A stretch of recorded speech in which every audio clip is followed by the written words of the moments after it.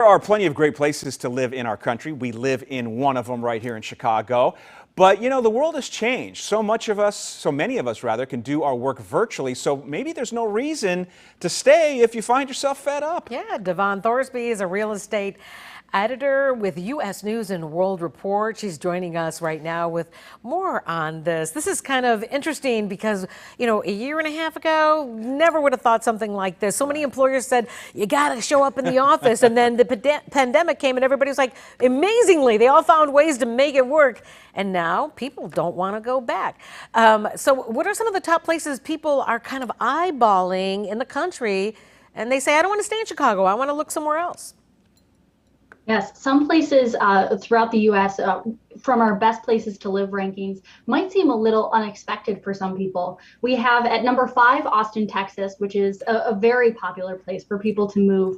But then number 4 is Fayetteville, Arkansas, which we're actually seeing a lot of population growth as people move there. Huntsville, Alabama is number 3.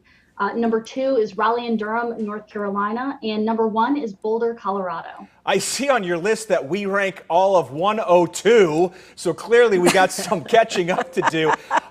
Hey, Devon, tell us about the factors. What is U.S. News looking at when you determine the best places to call home? U.S. News looks at myriad details when it comes to what people consider when they are looking to move across the country or to another metro area. So we look at the cost of living and how it compares to the area's local median household income. We look at desirability and we ask people across the country where they would prefer to live given the choice. We look at net migration and whether people are actually acting on that desire to move there. We also look at crime, quality of life in terms of whether people are happy there, access to quality healthcare, the quality of the schools, even average commute time for those people who do still go into the office. And those are just a few of the factors that we consider. Okay, so Scott mentioned that Chicago was 102. What's wrong with Chicago? Yikes. Well, I have a couple of ideas what people want to say, but I want you're the expert. Tell us why Chicago's 102. What's the matter with us? Yes, there's nothing the matter with Chicago. And I will say that Chicago this year jumped 18 spots from number 120 last year.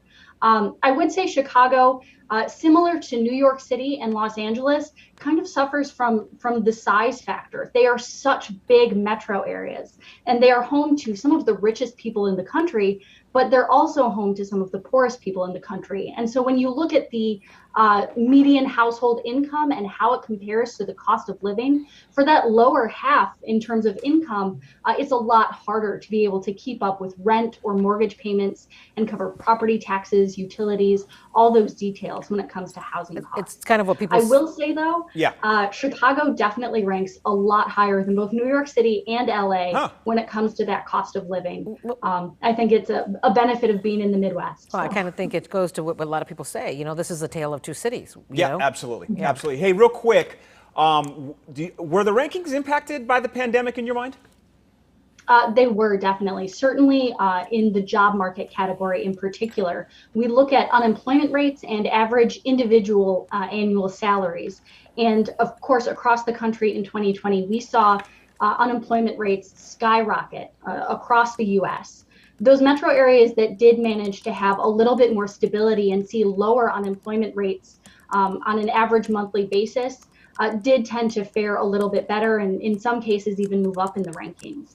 Those places that are based in a lot of tourism and hospitality, we saw fall back a lot just because they had a lot more people facing financial concerns and without jobs or underemployed as well. Well, we want to thank you for coming on this morning. Definitely interesting and a lot of fun to talk a little bit about this morning. You got a great job. Must have been kind of tough, though, to kind of look at all those numbers and factor in like why, the reasons. Real quick, where are you coming from? Where do you live? I'm based in Washington, D.C., but in the last few years, I've lived all over the place. I'm originally from the Detroit area and have been in Albuquerque, New Mexico, and Montgomery, Alabama. There you go. All right, Devon Thorsby, real estate editor for U.S. News and World Report. Thanks for coming on. This was fun.